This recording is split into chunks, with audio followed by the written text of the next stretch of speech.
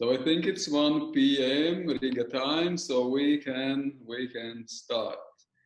Mr. President, Madam Assistant Secretary General, ladies and gentlemen, colleagues and friends, good afternoon, everyone. And of course, I have a pleasure today to welcome all of you at our virtual event on NATO 2030.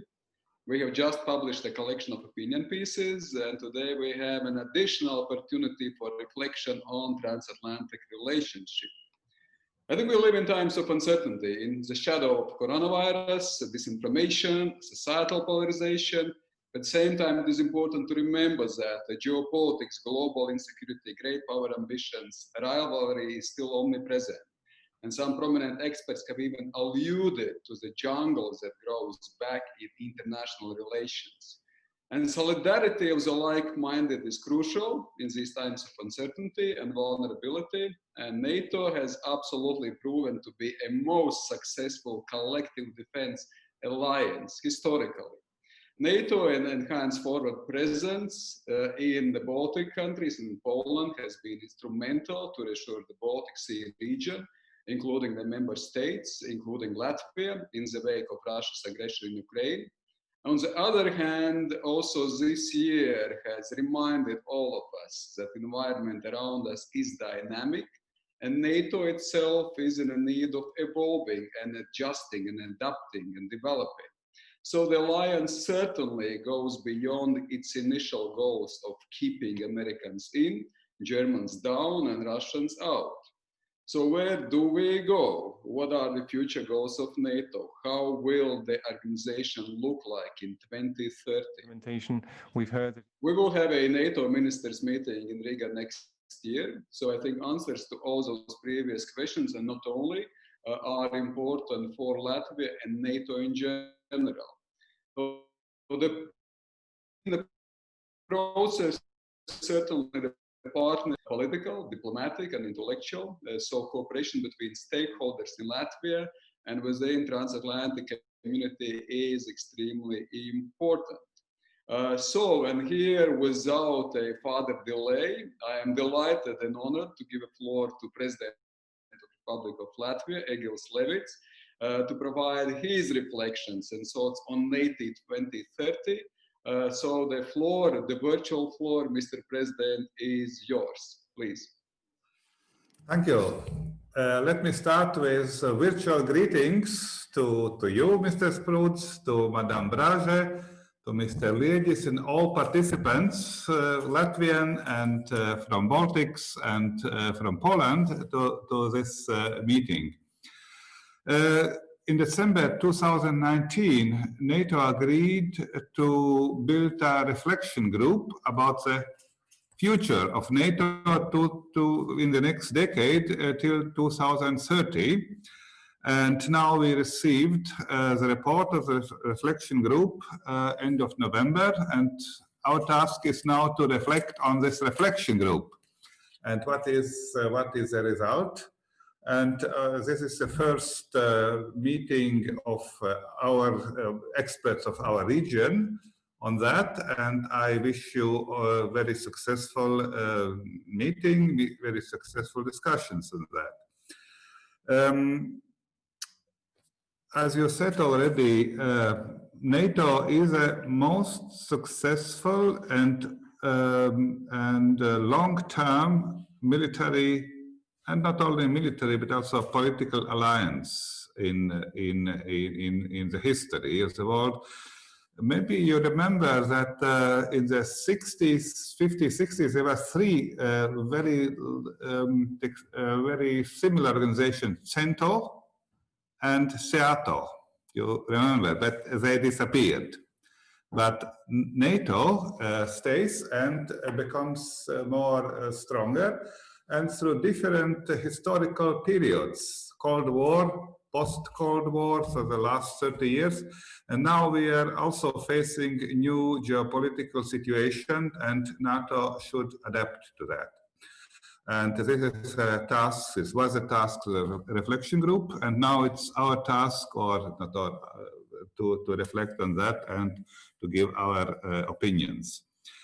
We all agree on the importance of certain principles like cohesion of NATO states, of consultation, strategic communication, and Latvia fully support with all these principles, because politically seeing, I would say that Latvia is one of the most stable allies in NATO, like also Estonia, Lithuania, Poland, which is dictated by the geopolitical situation. And of course, this should be also taken into account by the general strategy of NATO. And a very convincing example of this NATO general strategy, which reflects also not only the biggest and countries, but also all member states of NATO, also such countries like the Baltics and so Poland, which are in a little bit different geopolitical situation as maybe others. And we in NATO covers strategic and security needs for all members. This is very important, this general political and military solidarity between all member states. And now we have prepared also our views from this region of NATO world, which includes, of course, Baltic states and Poland. And we are expecting that our reflections would be part of the general reflections of NATO concerning the future. This is one very important part of NATO, but not the whole NATO. There are Southeast Europe also very important, and other regions. But we can say from our point of view that for us, transatlantic relations are really, really crucial. And we can discuss also, there are since last few years also several ideas and discussions of European defense, maybe European autonomy in defense relations. But I think it's also the Latvian thinking, at least, and I assume that transatlantic relations are really crucial, and we can only complete these relations with specific European contribution, but not replace it. Also, this should be all discussions should be focused on completing, on complementary efforts to increase security in the NATO's European territory, especially also in our region. But so to say, transatlantic relations is a cornerstone, as cornerstones. Yeah, I would say that one of the needs, and also for the next few years, is to explain the role of NATO in our societies. Not only in Latvia. I think in Latvia it's more or less majority people knows what NATO is and what NATO should do, and what is the value of NATO. But I think in this is not so obvious maybe in different in member states of NATO, and I think NATO should develop a strategy, maybe different strategy in different areas of NATO concerning this. Strategic communication. Strategic communication is, I would say, word of the year. This concerning COVID, for example, but NATO has mostly other areas to cover, and to explain the role of NATO and to show the necessity and the importance why we need NATO in all member states. And I think this is a heavy task for NATO Secretary General, Deputy Secretary General, and all so to say, members and collaborators of the organization. So, and maybe it is one of the points of discussion also today. I think we in Latvia are doing our best, but of course it's not enough. And we can also think about how to improve the communication. I mentioned only a few points, and I would say that in general, it's time for NATO to reflect on NATO's role in the world, in the whole world, also here in our region, North America and Europe, and how to strengthen the role of NATO in order to ensure the security of all the member states, because the political situation, military situation has changed in the last decade, and NATO has shown in the history that it's very adaptive organization, and I assume that it would be also this time. So I wish you all a very constructive and lively discussion, and then we will see the results of this discussion, and the results of this discussion would be part of the general NATO discussion. And thank you very much, the organizers and participants of this conference. Thank you. Thank you, Mr. President. Thank you for your thoughts, for your reflections, and thank you for being indispensable stakeholder also in the whole political intellectual debate in Latvian security issues, and not only, and also how to communicate with society. I think you indicated a couple of extremely important points, that of course for Latvia, for Baltic countries, NATO is, transatlantic relations are important, instrumental in safeguarding our security. At the same time, it is ongoing process to continuously promote security, to continuously reflect on strengths and weaknesses as well and challenges, and continuously communicate with our own societies. So I think this communication part with societies, especially now what we see also in the context of crisis, is extremely important and instrumental. So thank you once more, Mr. President, and here I'm happy to give the floor to Madam NATO, to Ms. Baiba Braže, who is a NATO Assistant Secretary General. Please, Ms. Braže, the floor is yours for your insights from inside of NATO. Please. Labdien, Riga! Vai jūs mani redzat un dzirdat? Redzam un dzirdam. Paldies. Good afternoon, Riga. Good afternoon, Warsaw, and hello from Brussels. I would like to start by thanking the President of Latvia for his leadership in this Latvian, Baltic states and Polish discussion on what is important aspects for when we think about NATO 2030 for the region in northeast of Europe. And especially I would like to thank Andris and the whole team of Latvian Institute of International Affairs that have put together both this event, but also the whole series of discussions and involved prominent experts, also young experts in these discussions and writing the essays and producing the report. The report is excellent. I would like to note both analysis and recommendations. I read it with big interest, and we will also forward it to our colleagues within NATO and also to our military colleagues for their information.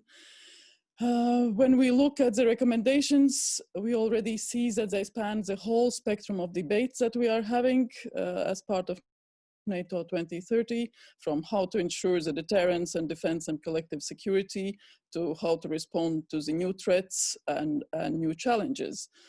And in this respect, obviously the resilience that is prominently mentioned, the cooperation with the EU, the more global engagement, but the strong transatlantic link and the military adaptation of NATO prominently feature in the recommendations. A bit on report's context, I would like to note that adaptation is NATO's DNA and has been that throughout more than 70 years of NATO's history, when we look back at Harmel's report, or when we look back at Madeleine Albright's led group that worked on the latest strategic concept, we have seen that NATO has adapted, and we will adapt for the future again. And this is a process that Secretary General leads. And when we look at the whole spectrum of the debates that we are having, we have to be able to respond and maintain the ability to respond to all threats, the old traditional threats and the new challenges, be it emerging disruptive technologies, be it discussion on China, space, and quite a number of others. And that is why Secretary General has sought inputs from a variety of groups and sources. We have had lots of internal discussions here within NATO, within military community, with allies, with various independent experts. And you referenced the independent experts report that is excellent, also with lots of recommendations. We have had engagements with civil society, and as you rightly mentioned, the communication has been an essential part of it. So our priority audiences have been youth and youth leaders. So we have had several high-level, lower-level events. There is a youth leaders group that is drafting their report and will provide that to the Secretary General. And the private sector. So that's also discussion with private sector is ongoing. If we think about emerging disruptive technologies and how to approach that while maintaining our technological edge as NATO, in the same time, how to counter the negative effects, the private sector and the civil society and the resilience of the whole society is of course the leading factor in that. As for the next steps, based on all these inputs, Secretary General will make his recommendations to NATO's leaders at the next summit, and they will provide further direction, whether that's to draft a new strategic concept, as has been suggested. We will see. That will be up to NATO's leaders. But I'm very pleased to see that the Latvian president is now armed with his own report, and very important report, also to lead the discussion within the framework of NATO's leaders meeting. So both for us here at NATO, the report is very useful and the whole discussion, but also I think for the Latvian president and leadership and all the regional leaders, that would be a useful document to have. So thank you very much for that for now, and I look forward listening to your debate. And I'm very pleased to see also my dear colleague Benedetta Berti, the lead of our policy planning unit, who will provide the concluding remarks and also speak on the next steps. Thank you very much. Ms. Braže, thank you very much. Thank you for your insights. Thank you for your dynamic participation in variety of different events and communicating, and also for motivation. I think it also adds to the impetus and adds to the strengths of also intellectual engagement. So, and also thanks for indicating quite a number of different issues, different directions, different challenges we are all facing in the process. And I think we're now exactly looking forward for the further debate, which will be led by Ambassador Imants Lieģis, who is also the Senior Fellow at Latvian Institute of International Affairs, with an extensive background in diplomacy and politics, being a Foreign Minister of Defense, being Ambassador to NATO, being the Chairman of European Affairs Committee at Latvian Parliament. So Imants, you are also perfectly placed to continue this debate and engage with distinguished speakers, participants of today's debate. Please, the floor is yours, Imants. Okay, thanks very much, Andris. And I was going to say a few words of introduction of myself, but I've no need to do that, thanks to your kind words. So, can I also add my thanks to the President and Baiba Braže, both of whom gave very important interventions. And as you know, this project that the Latvian Institute of International Affairs has been running, it's both a conference, but also a very important publication, which is entitled Towards NATO 2030, the Regional Perspective of the Baltic States and Poland. And, thank you to Mr. President President, for introducing also the book, which will be available online and on the website of the Institute of International Affairs. And many thanks to our colleagues at NATO for supporting this important project. So welcome to our listeners that have logged into this discussion. And I'd like to thank the 4 panelists who will be joining us today. And they've all contributed to the publication together with 11 other. So there are 15 experts from the region who have contributed to the publication. We have 4 of them with us today, and I'll briefly introduce them in the order in which they will be speaking. So first of all, we have Martin Hurt, who's a research fellow at the International Centre for Defence and Security in Tallinn in Estonia. So we will be going to Estonia first of all, and he'll be talking about going towards a credible deterrence and defence posture in the Baltics in 2030. So very welcome, Martin. And Martin has also, apart from being a defence expert, has been working both at the Ministry of Defence in Estonia, but has also spent some time in the headquarters of the Swedish Armed Forces, so has a very good regional perspective and has also worked in Brussels at NATO. Following Martin, we will have Toms Rostoks, who's a senior researcher at the Centre for Security and Strategic Research at the National Defence Academy here in Latvia. And Toms will be speaking also about deterrence and escalation of NATO's, or how to manage deterrence and escalation in the eastern flank. And Toms is also an associate professor in international relations at the Department of Political Science at the University of Latvia. Following on from Toms, we'll have the gender balance contribution. Welcome Emilija Pundziūtė-Gallois, who was a good colleague of mine when I was ambassador in Paris up until the summer this year.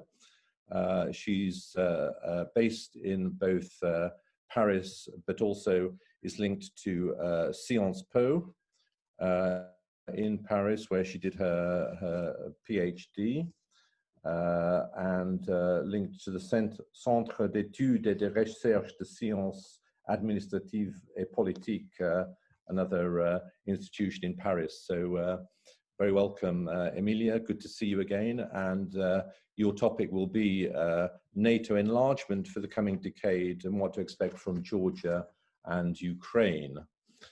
And last but not least, we'll be we are joined by our colleague from Poland, Piotr Szymański, who's a research fellow at the Regional Security Program for the Warsaw-based Center for Eastern Studies in Poland.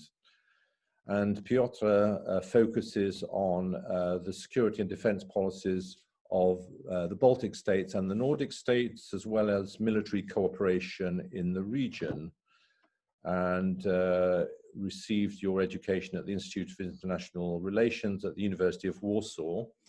And Piotr will be closing our discussions on the question of, the title is Towards Resilience in 2030, NATO allies and partners in the northeast of Europe. So once again, thank you, the 4 of you, for being with us.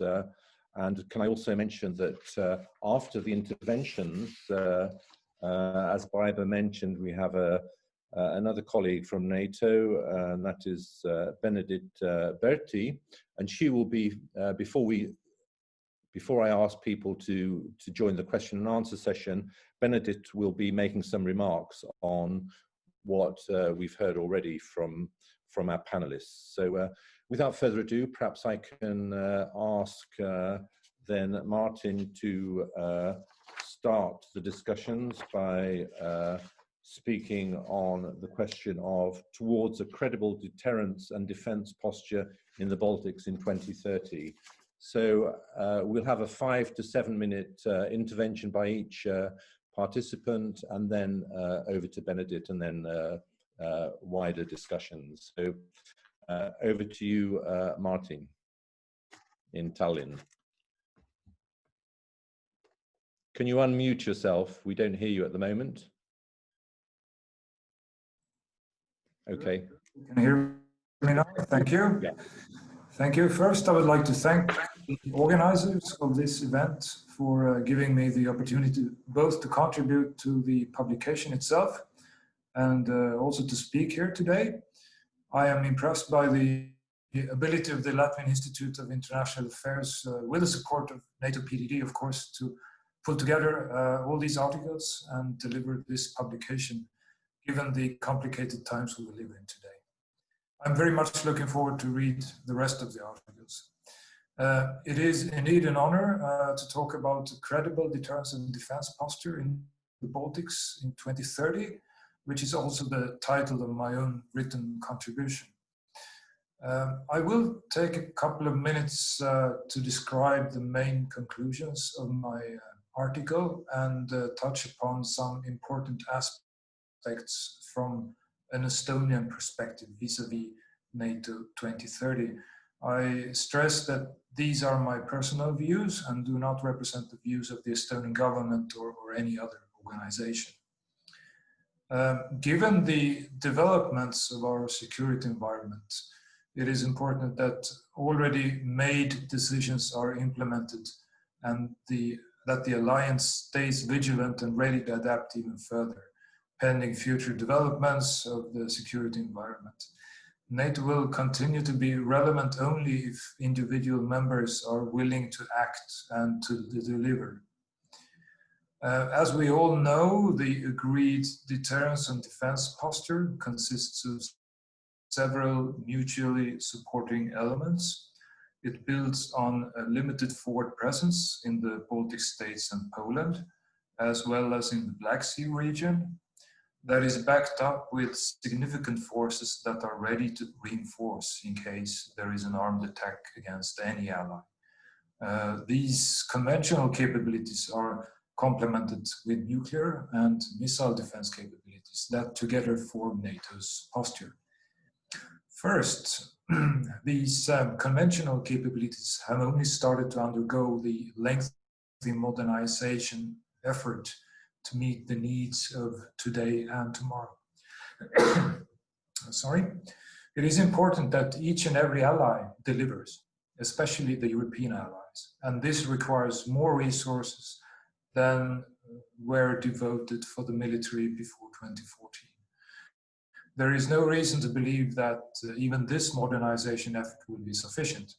With the technological race we today see, as alluded to by SG Braže, it is highly likely that much more is going to be needed in the future.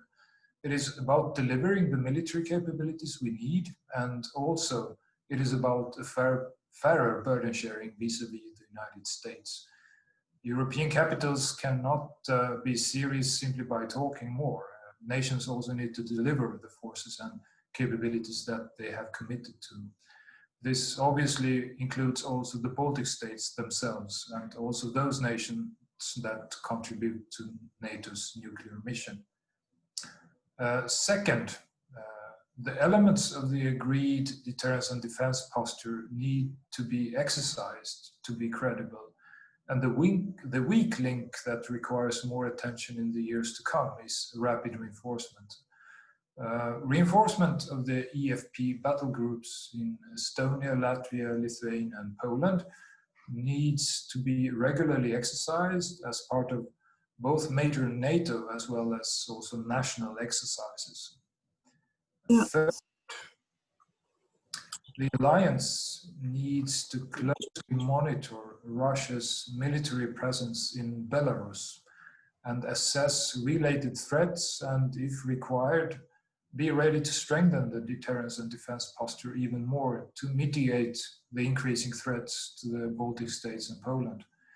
This can be done by maintaining forces at high readiness in or close to the Baltic Sea region, by exercising reinforcement reinforcement and by temporarily forward deploying forces and capabilities, including but not limited to joint fires to the region. Fourth, the Baltic states should take greater responsibility for regional security and defense by strengthening their military capabilities individually as well as collectively for peace, crisis, and conflict.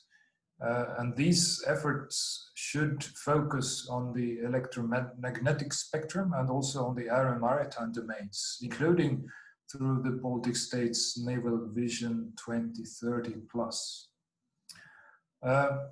From a purely an Estonian perspective, it is important not to focus too much on any specific region, but to ensure that all threats and challenges are acknowledged, including Russia, including China, and also terrorism. But acknowledging threats is certainly not going to be enough. Nations, especially the European allies, need to step up and deliver to ensure that the alliance is relevant in 2030 and beyond. Fair burden sharing is and will remain on the agenda, and we Europeans need to do our part in order to maintain and even strengthen the transatlantic link in the future. Thank you very much. And with this, I will pass the floor back to the moderator. Okay, thanks very much, Martin. Thanks for also keeping within the time framework. Very pleased about that. I didn't have to interrupt at all. So hopefully Torms will stick to this tradition. And so I'll now, without further ado, hand over to Torms Rostoks, who will speak about managing deterrence and escalation on NATO's eastern flank. So over to you, Torms. Thank you, and thank you also to Latvian Institute of International Affairs for inviting me to be part of this project and this event as well. So I will make 3 points only. So the first point is that we are looking at the report produced by the Reflection Group. We see that Russia features quite prominently. The list of threats is long, and it has grown longer over the past years. And NATO is adapting, becoming more multidimensional, but also the report clearly states that up to 2030, Russia will remain the main military threat to the alliance. That's all very clear. So from the perspective of Baltic states and Poland, I suppose as well, it's bad news that there are serious threats out there. The good news is that apparently NATO recognizes that Russia represents the most serious military threat, besides all the other threats that Russia represents as well. So that is my first point. My second point is this is the kind of the presentation or speech where I could say that a lot has been done, but more needs to be done. Exactly like Martin said before, he enumerated all the things that need to be done in order to make deterrence in the Baltic region more credible. In that respect, though, I should probably add that the Baltic states have taken their defense quite seriously, at least over the past 5 years, Estonia a bit longer. We understand that it just takes an awful lot of time. Some of the pieces of military equipment that have been procured, they will only be delivered in the coming years. These processes should eventually lead to strengthening of the Baltic militaries. So there's much that Baltic states themselves can do unilaterally and trilaterally as well. As Martin said, there's a lot of potential in strengthening deterrence in the Baltic region without necessarily provoking the potential adversary.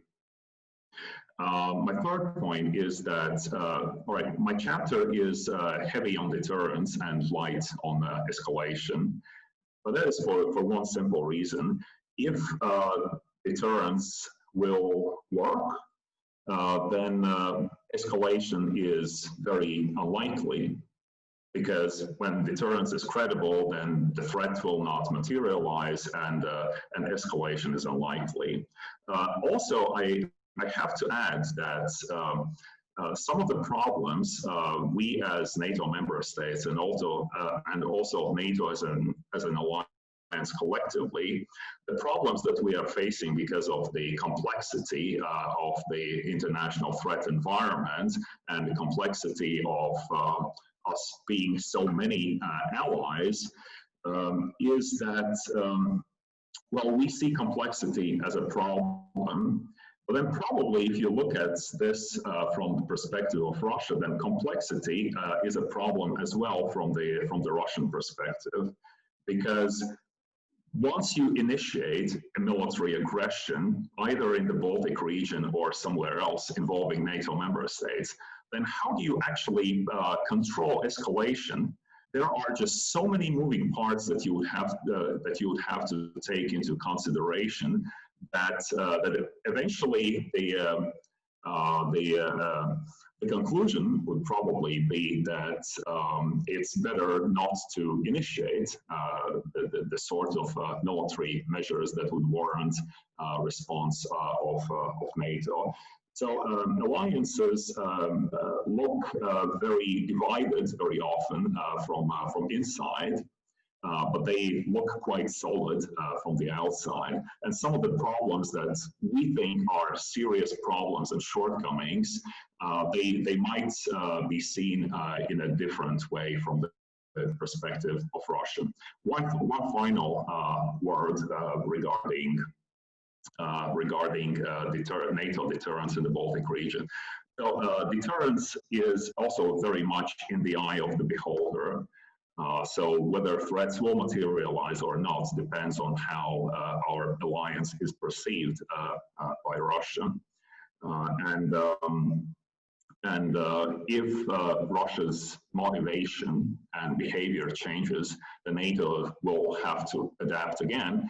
And I suspect that NATO will have to adapt very quickly, because Russia is just across the border. So they are a state, not a collection of states.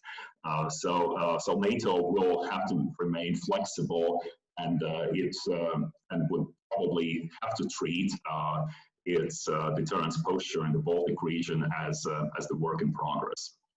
Thank you. Okay, thanks very much, Torms.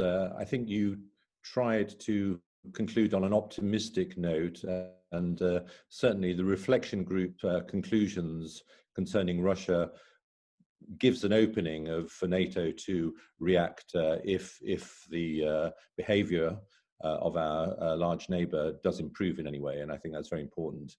So over to Lithuania, based in Paris at the moment, Emilija, and thanks again for being with us. And you're going to speak about the enlargement question, which also from the regional perspective, and your topic is NATO enlargement for the coming decade, what to expect for Georgia and Ukraine.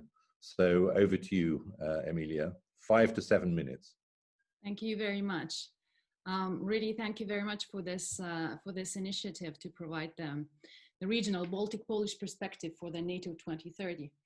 Latvian Institute of International Affairs has a lot of great initiatives. I was studying NATO enlargement, and I found some very, very valuable documents on the website of LIIA, the publications from 1996-95, where experts were discussing NATO enlargement for the Baltic states. So the institute is up to date to all the actual and topical issues. I think it is very important what you do here. To be honest, I was a little bit disappointed with the reflection group appointed by the NATO Secretary General, because it included almost exclusively the representatives from the big and old allies, so to speak. It's not about equitable representation of states, but it is about the visions of security. The fact that security looks different and security actually is different when you live in a small state on the borderland of the alliance. So this perspective that you are providing here with this publication is very important, and I see that it is already in Brussels, and I hope that it is already on the table of the NATO Secretary General, as I see. As for my own contribution, I chose to talk about enlargement and about the future of enlargement. I think this is a topic that is important to the Baltic states and Poland. These countries have been working a lot on this topic. And I took it also as an opportunity to make two important points. The first one is political, and it concerns Russia and the alliance today. As the relations between Russia and the West are at the historical low, NATO enlargement is cited as one of the major bones of contention between Russia and the West. Some even go as far as to say that it was a strategic mistake to enlarge NATO, that it alienated Russia and it antagonized it, etc., etc. And this narrative is quite widespread, not only in the academic community, but also among the Western population. And I think it is time to seriously challenge it, because simply it is not correct. It is first oversimplistic, and it does not correspond to reality. First of all, it ignores the complex diplomatic process in which the NATO enlargement took place. It's not that one losing superpower, Russia, was retreating and the winning superpower, United States, was taking over the security vacuum. The enlargement actually took place in a very multi-dimensional diplomatic process. And in diplomatic process, usually the national interests are adjusted, they are molded, proposals and counter proposals come in and out. The opportunities are enhanced, bargaining positions shift, etc., etc. So in this process, NATO, as well as Russia, but NATO also did compromises and provided ample opportunity for the process to go well. NATO did engage Russia. It provided formats for privileged dialogue. It changed its raison d'être. Even it promised not to station permanent troops on new members, which is actually a very big compromise for a military alliance.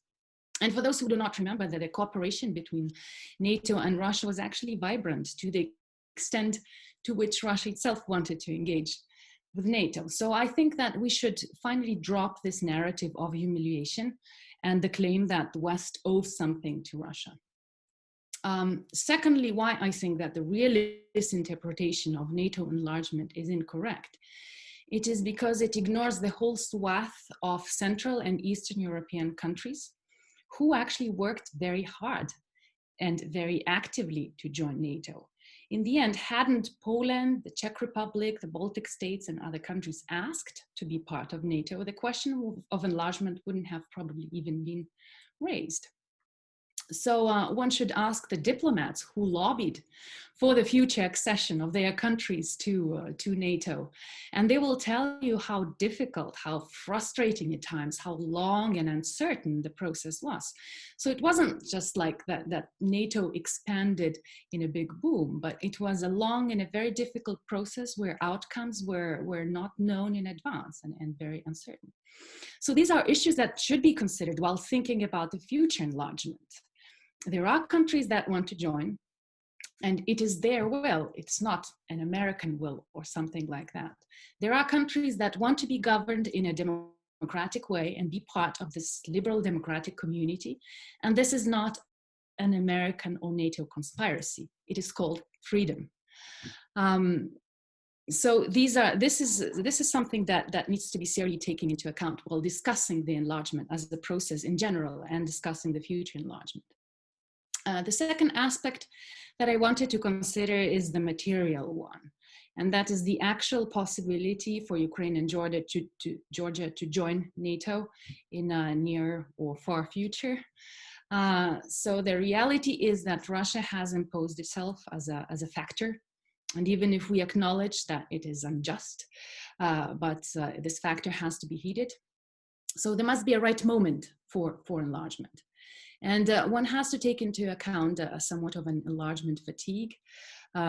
Many problems are there that concern NATO, and some of them we have discussed here.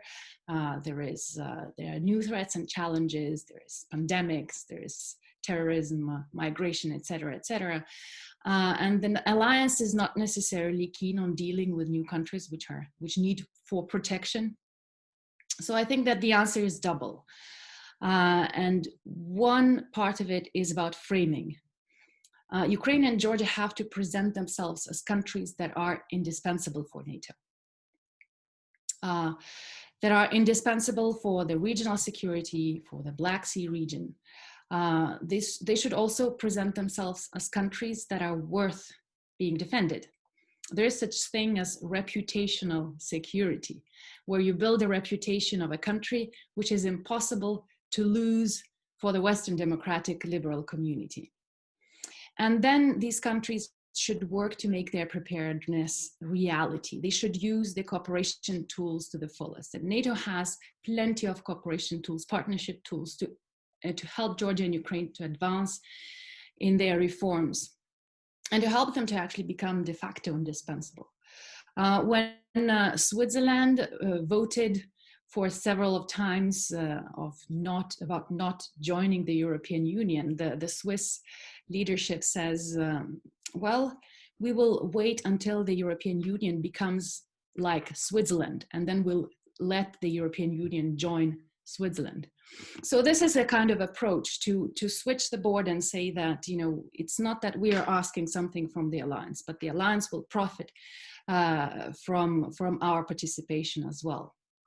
And the examples that I use is Sweden and Finland, and I think that these are the countries which are indispensable to NATO. They are so integrated with NATO within the Euro-Atlantic community, within the EU, and through different formats, that their membership question is you know, simply doesn't pose itself. Or, well, it does, but it sounds like a false question, because it is impossible not to defend these countries and not to engage them somehow in the security considerations for Europe. So the aim for Georgia and Ukraine should be to become such countries. As for concrete recommendations, I think that we should continue affirming the principle of open door, the principle of enlargement, the open door principle, because simply it is right and it is just. And justice and respect of international law are essential arguments for small states like the Baltic states. And I think that, you know, from the perspective of the Baltic states and Poland, we should continue assisting Ukraine and Georgia in their reforms, and maybe only adjusting the communication where we convince the Western allies and publics that these countries are part of the liberal democratic security community and they are worth being defended. So these are several considerations that I had concerning the NATO enlargement. Great, thanks very much, Emilia. That was excellent. Thanks for your insights into the past enlargements and bringing us into also how to handle things as we go ahead. And I liked your contrast between Sweden and Finland and Georgia and Ukraine. But without further ado, we'll go on to our final panelist in Warsaw. Poland is, of course, a very important partner, also part of the eastern flank, and has the enhanced forward presence based in the country. So Piotr Szymański will talk about his contribution to the book entitled Towards Resilience in 2030, NATO Allies and Partners in the Northeast of Europe. So Piotr, over to you. Thank you very much, and thank you very much for the invitation once again. And I'm looking forward to read the whole book. And please let me start with a few words on my chapter and the issue of resilience in NATO, and then I will jump to Poland's perspective and Poland's view on the future of the alliance.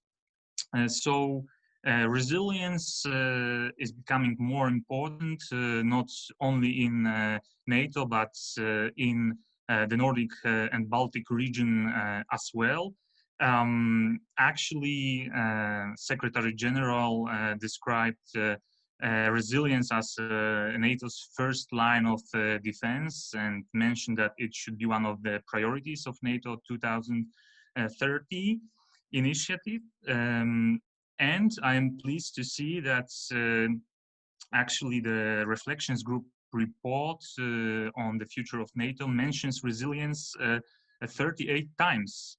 So quite important word nowadays for NATO.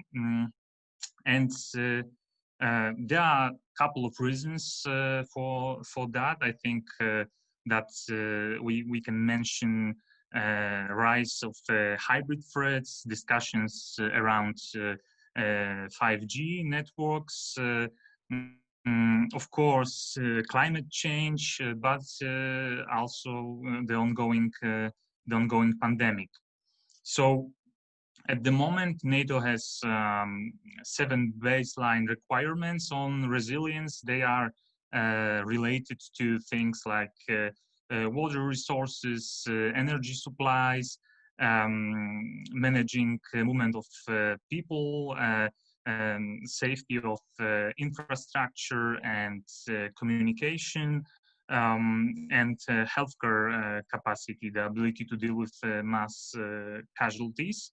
So these requirements were defined at the NATO 2016 summit in Warsaw. And in my chapter, I argue that NATO leaders should think of adding resilience to the core tasks of the alliance.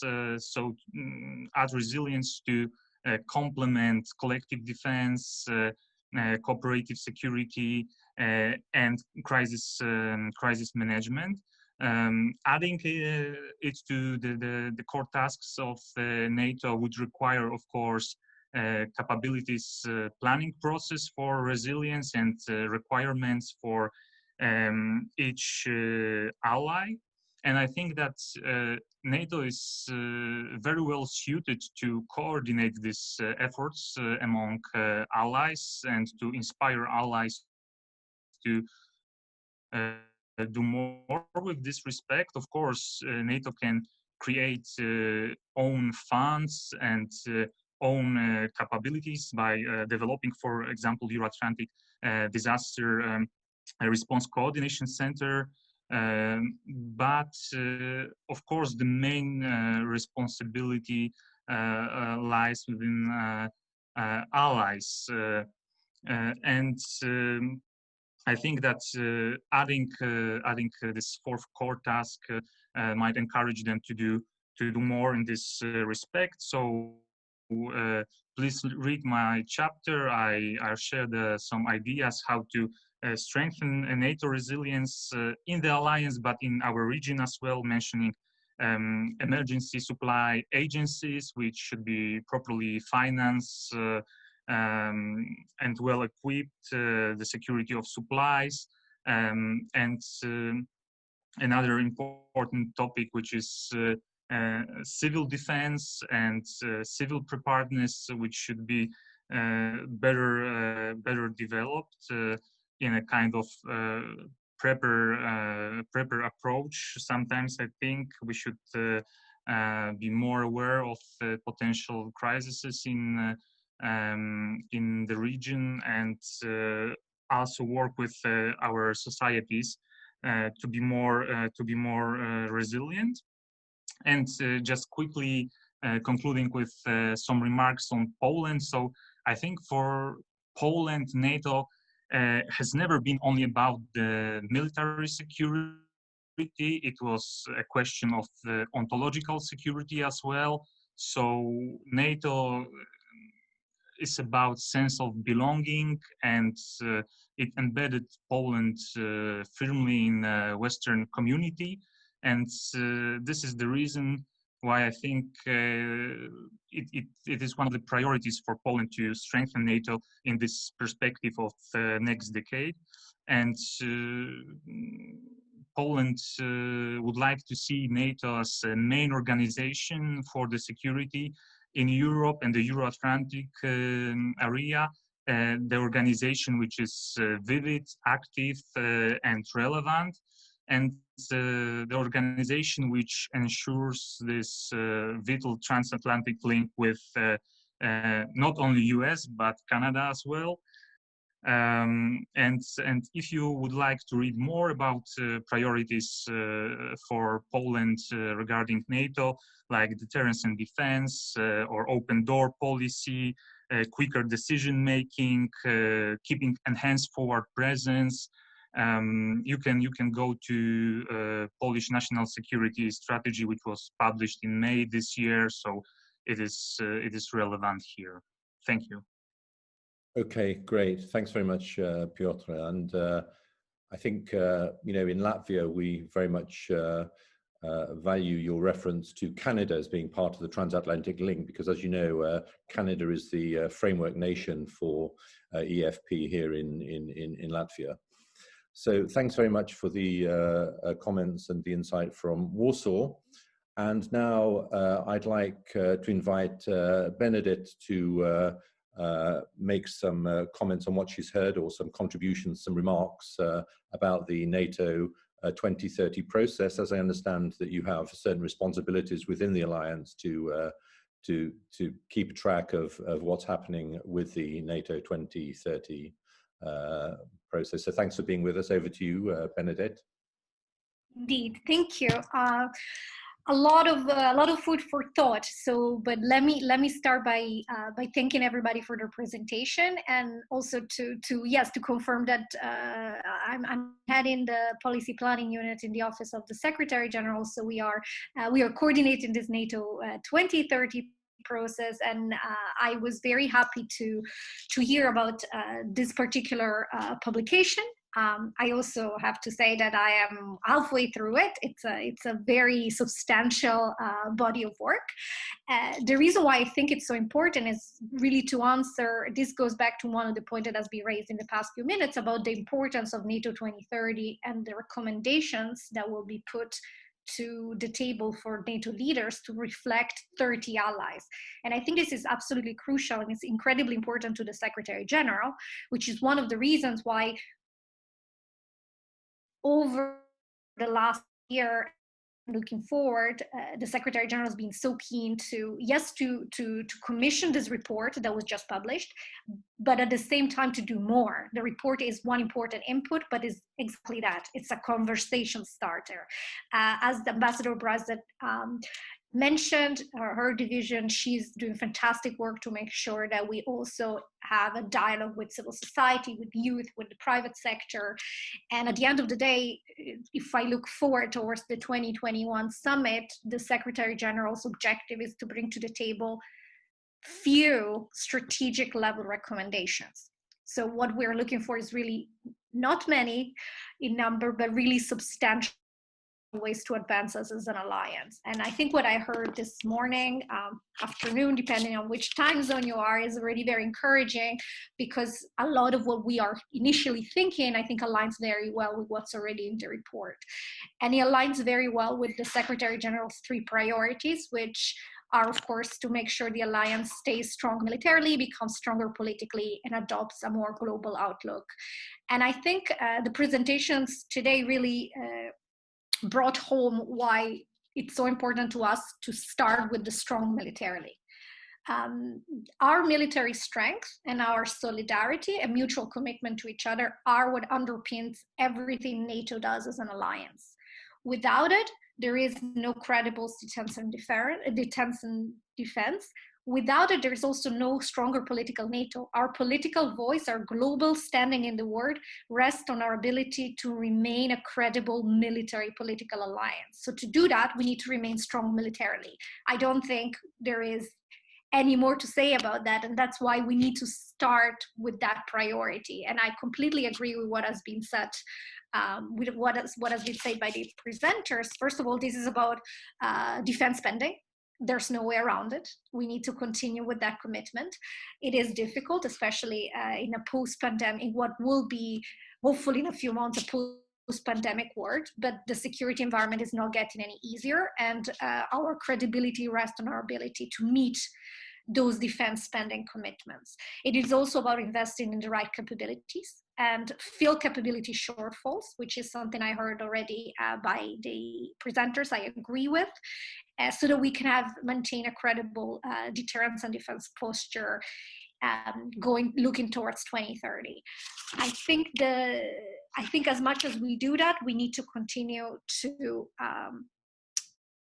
look at it, how do we better bring together and align our military and non-military instruments of power. That means, for example, when we think about deterrence, that we must think more carefully about deterrence in the non-conventional domain and in the hybrid domain, and that will require closer coordination and convergence on how do we use political, economic, strategic communications tool as an alliance. And we believe that NATO can and should be the platform for having those conversations, because they are key to our security and defense moving forward. Another really important point that I heard was about resilience. I couldn't agree more. In fact, I'm glad that you mentioned the Secretary General's speech in October, where he basically reiterated, we need to remain a strong military alliance. Our strong militaries need to depend on strong societies. To do that, we need to really strengthen how we think and what we do for resilience. And that's about physical infrastructure, it's about digital infrastructure, including 5G, but it's also about thinking about foreign direct investment and foreign ownership into our critical assets, industries, and technologies. This is a broader way to look at resilience, but I do believe, and I'm echoing the Secretary General's speech here, that NATO 2030 needs to put resilience front and center, although we think about our maintaining a strong military alliance. Emerging and disruptive technologies were already mentioned by Ambassador Braže and also mentioned in the presentations. I couldn't agree more. That's also part and parcel of how do we remain credible. For decades, we have been able to defend and to deter because we had a technological edge over our adversaries. That situation needs to be maintained looking into the future. And I would say that in a world where geopolitical competition is getting sharper, for us to keep that technological edge will become harder, and that will mean that we need to work even closer as an alliance. Then I think I'm running out of time, and that's because there was so much interesting, so many interesting ideas that I cannot touch them all. But I think I would be remiss if I didn't say at least one word about the more political and more global NATO and the importance of our partnerships, which goes back to the, I think, really excellent analysis of our enlargement policy and its successes and the way forward. And I think that one of the directions of travel for NATO 2030 is to really look at how we can use our partnerships even better. Partnerships are a key political tool for NATO, but in order for them to fulfill their full potential, they need to be driven by our interest.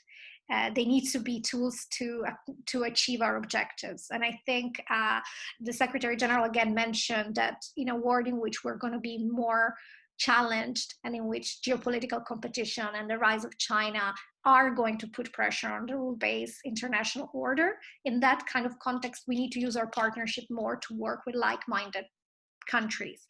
And this includes, of course, Finland and Sweden. This also includes our like-minded countries in the Asia Pacific, but I would argue, and then I'm coming for circle, that it is equally important to support the democratic aspirations of those countries in our neighborhood that do have the desire and wish to join the Euro-Atlantic architecture. And I think that's also a way through which we support like-minded democracies, and that's something that we've been thinking a lot recently about when we come together as an alliance, being this powerful community of like-minded democracies that can really have a positive influence when it comes to upholding the rule-based international order, which is so key to our security. So that's an argument, and I close with that. That's an argument to continue to reiterate the importance of our open door policy, but also to look at some of our existing partnerships through a new lens. And I thank you all for this really substantial report. As I said, I'm halfway through it, so I confess I haven't gotten to the conclusion, but there's a lot of really good ideas, and this is exactly, I think, what we were hoping to see through NATO 2030. Great, thanks very much, Benedetta. We'll keep reading because I think my contribution is in the second half. So anyway, thanks very much for being with us, and it's very, very useful to know that the Secretary General's office is present in our discussion today. So really, we appreciate your intervention and for being with us today. Once again, welcome to all those who are listening online. And we've got one question from someone who's linked into the discussions. So, and it's a question that actually Benedetta referred to in many ways, because it's referring to defense spending, but it's a specific question about Germany in this respect. So if Hamid Ladjavard is still with us, please, you can ask your question now. Great, I see that you're there. So if you want to unmute yourself, please ask your question. Welcome. Yes, if you can hear me. Yeah, my question is that given that Germany is the de facto leader of EU, at least in the economic sphere being the largest economy, yet their defense spending as of 2019 was about 1.3% of their GDP, contrary to their official commitment, I believe, in Wales in 2014. Their commitment to reach their 2% goal originally was around 2024, but now it has been postponed to 2032-33. My question is, what does that imply for NATO's strength, particularly military force, and the American enthusiasm towards NATO, given the fact that for many years they've been requesting, if you will, pushing many NATO countries to honor their commitment?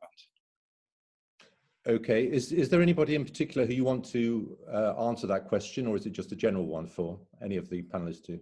It's a general one, anyone who wants to respond to it, but Benedetta could be the right person.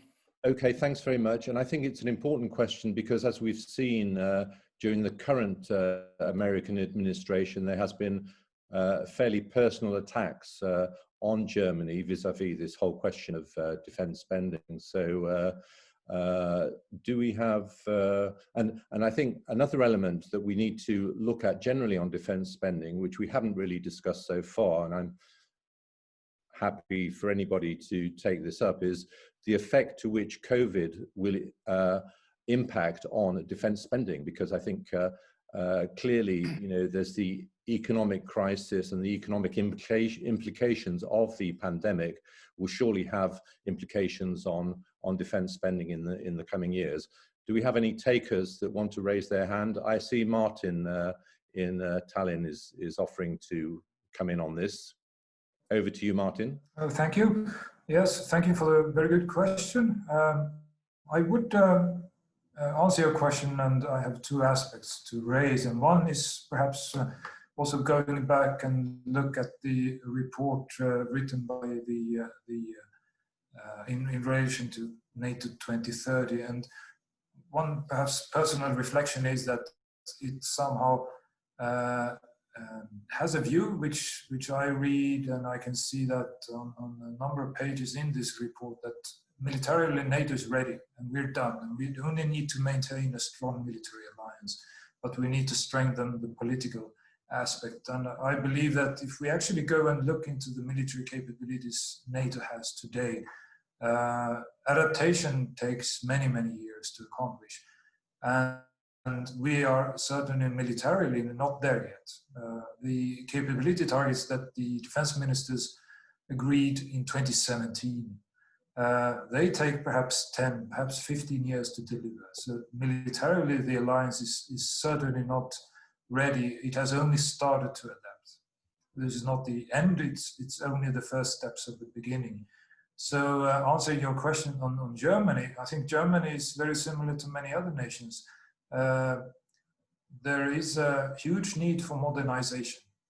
And if you go and look at the website of the Bundeswehr, you will see that a number of the targets that Germany has accepted will be met only close to 2030 or even beyond.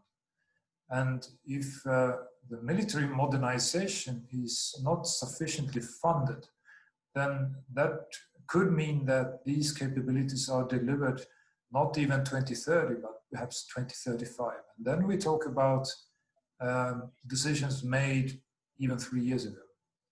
So I think that there are two aspects here. One is that there is a need for additional funds to enable NATO to modernize through the delivery of the NATO individual allies. And the second is, of course, the obvious, the 2% commitment, fair burden sharing vis-a-vis the United States. We will have a new incoming administration now. We will hopefully get another 4 years, but it's important to take this seriously and not waste time and become more complacent and actually raise defense expenditure. When the GDP decreases, then obviously mathematically it means that if you don't decrease your defense budget, the percentage will go up as well.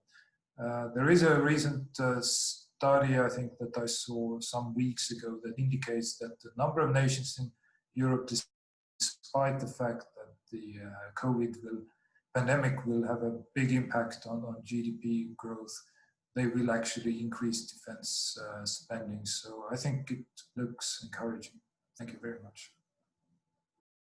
Okay, thanks very much for that, Martin. Do we have anybody, any of the other panelists that want to come in on this question? Okay, Piotr, please, over to you. Thanks. Yeah, I just wanted to mention defense spending. So recently I did research on Nordic and Baltic region in this regard, and it is interesting that almost all countries in our region are actually raising defense expenditures for next year. So we will see what long-term effects of the pandemic will be and how it influenced defense expenditures in the long term. But it is interesting to compare current situation with 2008, when there was a drop in defense expenditures. And now actually countries are acknowledging the security environment, are continuing to modernize the armed forces. So our region, at least for 2021, is quite fine. Yeah, thanks for that, Piotr. And I think you're quite right. I mean, I came in as Minister of Defense in 2009. Admittedly, it was at a time of the financial crisis in Latvia, where the defense budget was cut by about half to just under 1%. So, of course, today, luckily, we're in a totally different situation. And I think our regional, our 4 eastern flank countries are certainly good boys as far as that's concerned. In my contribution to the book, I actually recommend that rather than having just 10 countries who meet their political commitment of 2%, that by 2025 we should have, NATO should have at least 20 countries that meet this 2% GDP commitment. Right, so thanks very much for that.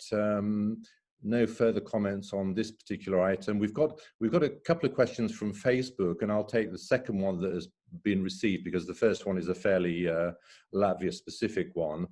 And this really is a question of how our regional situation will be implicated by the Biden administration coming through.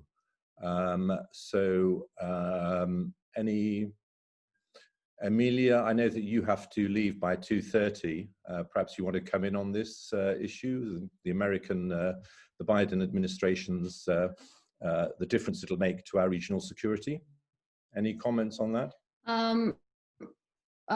It's, you know, it's difficult to say, like all predictions in international relations is a little bit a tricky issue, but well, first thing that is that we are happy about, I think, is the return of some predictability to the process. The fact that we can actually speak and know that what is being said is going to be upheld. There are considerations about Democratic Party being more isolationist than conservative, but concerning our region, concerning Lithuania, Latvia, Estonia, I think that that Biden is very well acquainted with our problematic, and he has connections, including diplomatic connections, to the actors in this region, and he's very aware of our security concerns. So I think that the vision is rather positive on this side. Okay, thanks very much. Perhaps I can also comment, because I think, having spoken to colleagues here in Riga, there is one train of thought that actually says that during the last 4 years, we have done, the region has benefited more than it had done during the Obama administration from the security point of view. We've seen that this current administration has increased the defense financing for Europe, and although we've had such things as the announcement of President Trump about reduction of troops in Germany, which has implications for us, either from the point of view that we would perhaps like those troops, if they are withdrawn, to come into our region. But on the other hand, it seems that the checks and balances within the US system, the Congress has actually put a stop on that particular Trump policy. But obviously, from the resilience point of view, and we've talked about resilience, I think democratic resilience in the United States of America, to a certain extent, has been under threat. We see it these days being under threat to a certain extent by what the outgoing president is doing. I mean, I can say that now as a non-diplomat, of course, but these are particular, these issues are important for every country in the alliance. Tuomas is the only one who hasn't sort of commented on anything as yet. We've got a question. Tuomas, perhaps come in now. And the other question on Facebook relates to conscription in Latvia, and is this the right sort of policy? So over to you. Perhaps you can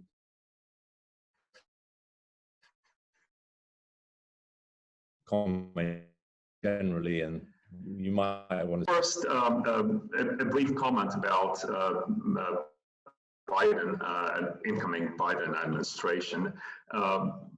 U.S. presidential candidates, they publish their foreign policy kind of programs on foreign affairs, and this is what Biden's piece says about NATO. Our allies should do their fair share, which is why I'm proud of the commitments of the Obama-Biden administration. But the alliance transcends dollars and cents. The United States commitment is sacred, not transactional. I think that's a very clear statement, and also I suppose that Joe Biden has the experience of the from 2016 with Russia meddling in U.S. presidential election. And I suppose that will have some sort of impact on U.S. foreign policy in the coming years as well. With regard to conscription, yeah, well, that has been. I suppose that there's more debate outside Latvia on whether Latvia should adopt conscription than inside Latvia. Because I think there's something that looks like a consensus on the political level. There are minor disagreements, but on the political level, there is consensus that Latvia should not go back to conscription. And as far as I've talked to our military leadership as well, there's no willingness to go back to conscription, and I think that has something to do with the basic approach to national defense. There should be willingness to defend the country, and that should be voluntary. That should not, and conscription just doesn't fit that model. So going back to conscription would be costly and difficult, and there's no political support for that, and there's no willingness to return to conscription by the Latvian military as well. Okay, thanks, Torms. Yeah, I think firstly on the US issue, I think what will be a constant, which was something that preceded the current administration, but will continue in the next administration, and that is the US pressure to really come up with the commitments of 2%, especially for European partners. There was the reference to Germany being a particular laggard in this respect. So I think that issue will remain. It's been a constant through US administrations, and it certainly won't go away.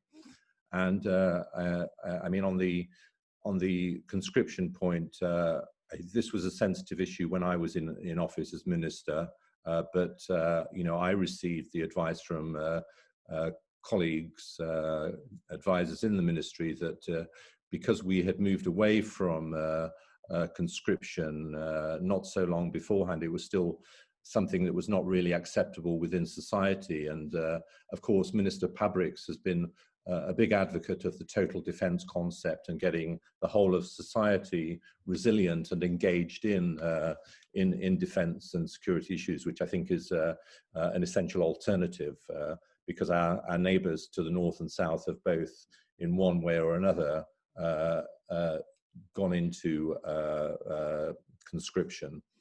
I have a slightly provocative question from a colleague here at the Institute, and Martin, who has been responsible for Vargals, who has been responsible for the publication. And that is, the question is, should the EFP be increased in the eastern flank? Any takers on Baiba? Very good. And if you also want to comment on anything else, that would be very, very, very useful. So please. Well, we don't comment on member states, as you know, so you can't come in either on US or Germany or any other issues. No. But on the EFP, that is actually a one very concrete when we look at the shock of 2014 and change of borders in Europe and how quickly NATO adapted to the realities that were there. And we also very clearly remember that right after that there was already a quick presence of some allied troops that were flown in and placed in Adaži, and then later it developed in the presence that we had. The EFP has grown greatly in Latvia, and it's one of the most appreciated EFPs in terms of also innovative attitude to interoperability. And there are 10 allies, sometimes less, working together on every day. So they themselves highly appreciate that opportunity, and it's seen as an example. The numbers in this case, it depends on the allies again, and currently it provides the necessary effect, which is NATO is showing its defensive posture and is serious about it. So in that respect, it's not so much about the numbers, but also about what it contributes to the alliance in terms of knowledge, skills, and new practices. And as we saw, there is now a new 5G testing place there, where for military innovation and for defense innovation technologies, that will be an important, I think, place where to try and test all types of new EDTs that are necessary for NATO. Okay, thanks very much, Baiba. Appreciate that. And I think you're right.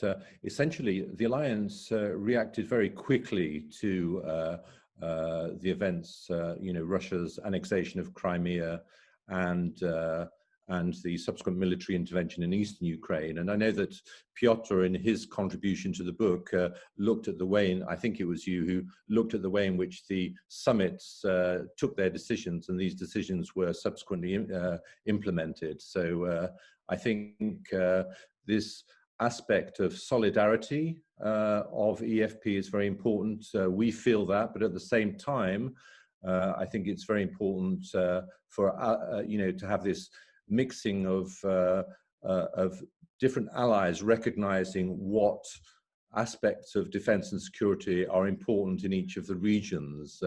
You know, I have often said that Latvia does take a 360-degree approach where we see that it's important for us to engage in the fight against terrorism, which is more based on the southern part of the continent, the European continent, and the you know, requests by France to have more support for their operations in Mali, which are not necessarily NATO operations, but in the global European context are very important.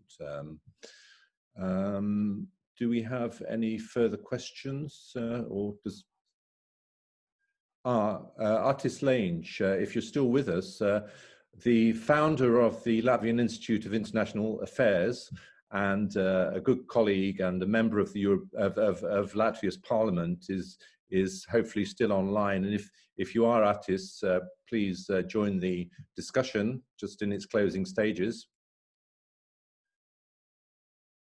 You need to unmute yourself if you are still there. Okay, yeah, I'm here. Yeah, well, look, I'm glad I learned something new. NATO is also involved with water resources, and that's very important. But what about Nord Stream 2? What are we going to do about that? Germany is against that. We're against that, but Germany's for it. So where do we stand with that? Artis, you haven't changed in posing provocative questions, I see. You're consistent in that. But Nord Stream 2, to my mind, is not a NATO issue. It's a broader issue. And I don't know if anybody would like to comment on it. It's a very important issue. You know, we've seen how we have America on board very much for the regional approach to Nord Stream 2 to that extent. Nord Stream 2, you're quite right in pointing out that it does have important security energy implications, both for the region and beyond. Any takers for this? Emilija is smiling. Piotr has put his hand up, so over to you, Piotr. Yes, on thank you. Nord Stream 2 issue, I think that Poland and the Baltic states administrations are quite experienced in handling this issue. So I won't talk on how to stop the Nord Stream 2, but I would like you to pay attention to different energy projects in the region. I mean, Poland is developing the Baltic Pipe project together with Denmark, which will enable to import gas from Norway to Poland via Denmark, and it is extremely important to do so because we will go through this transition period and modernization of our energy sectors towards more renewables. So gas will be important backup fuel, and having this Baltic connector between Estonia and Finland and connection which is being developed between Poland and Lithuania, Finland will be actually able to import gas from Norway through the Baltic states and all around the Baltic Sea. So I think that my answer would be just be better than Nord Stream 2 and have our own connections, interconnections, and power grids integrated, and we'll do fine. Okay, great. Thanks very much. Benedetta, would you like to, can I just take, perhaps ask Emilija first of all, because I know she's rushing to another commitment. Let her say a few words. And yeah, then thank you very much. Before I leave, just a small comment. So that Nord Stream 2 is not the NATO issue, but energy security is. And I think that the Baltic states are actually contributed quite a lot in reflection on these issues. You know, think about the Energy Security Center in Vilnius, but also about keeping the issues on the agenda. So I think, you know, NATO as a political forum, as a discussion forum is a place where these issues are raised. And I think this is important. The process itself of having these important problems on the agenda is important. And I think that's the good part of it. Thank you very much. I have to go. I'm sorry. Thank you. Thanks for being with us, Emilija. Benedetta? Thank you. Yeah, no, my comment was going to be quite similar in the sense that I wanted to highlight that when we talk about the fact that NATO is and should remain the primary platform for allies to discuss all issues of transatlantic security, that's exactly what we mean. We mean that maybe NATO will not have the tools or will not be the sole or even the main responder, but if it has an implication on our collective security, we should discuss it through NATO. And another point that I made previously is when we talk about the importance of looking at security through a wider lens, that's one of the corollaries of that is that we need to look at some decisions that maybe a decade ago were thought of in solely economic terms as impacting on our national security. So the role of NATO is also to bring a greater situational awareness about the implication of those decisions on our national securities, but also to encourage greater convergence. So that is why energy security is and will remain a topic on our agenda.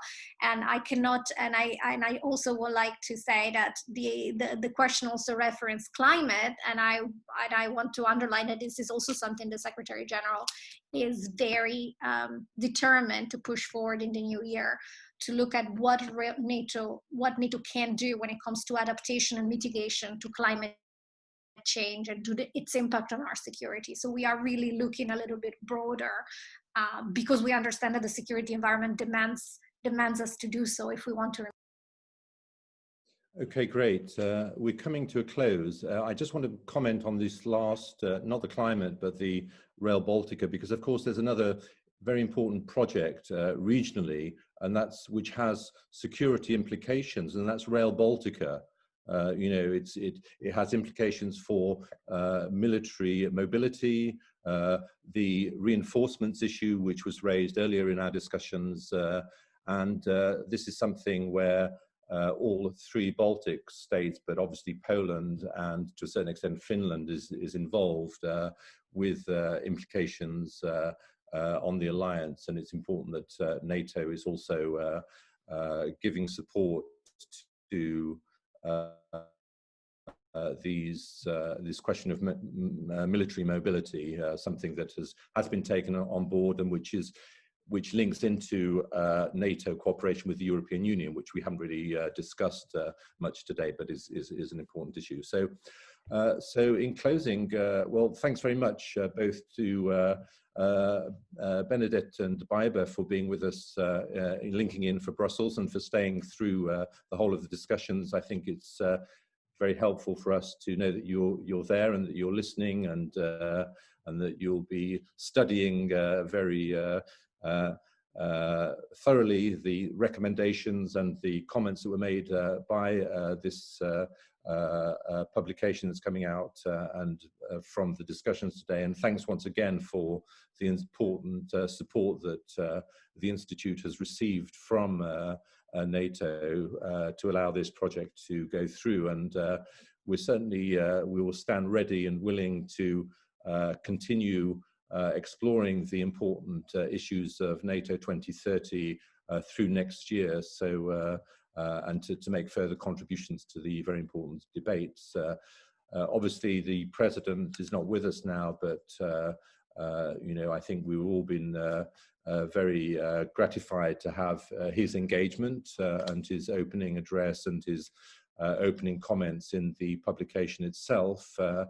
I'd like to thank all of the attendees, and I think in closing, let me say that our discussion, there has been reference to this, has made, we hope, will make an important contribution to the debates.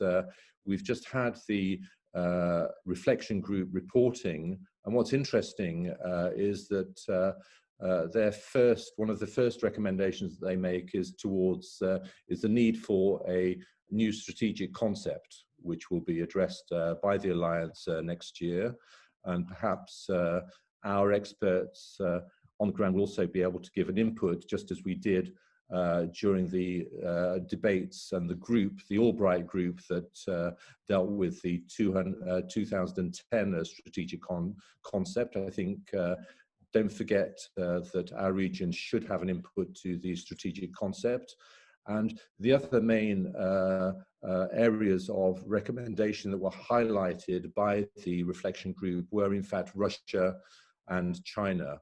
And obviously we appreciate that China is coming very much onto the agenda during the coming years, and we will no doubt try to develop our own expertise on that front. The reflection group offered 138 recommendations. I haven't yet read them all, but I hope that in our publication that there will be something that can be added to those recommendations. And so once again, thanks to everybody for participating, and see you at the next NATO 2030 discussion organized by the Latvian Institute of International Affairs in cooperation with and support by the NATO Alliance. And seasonal greetings to everybody.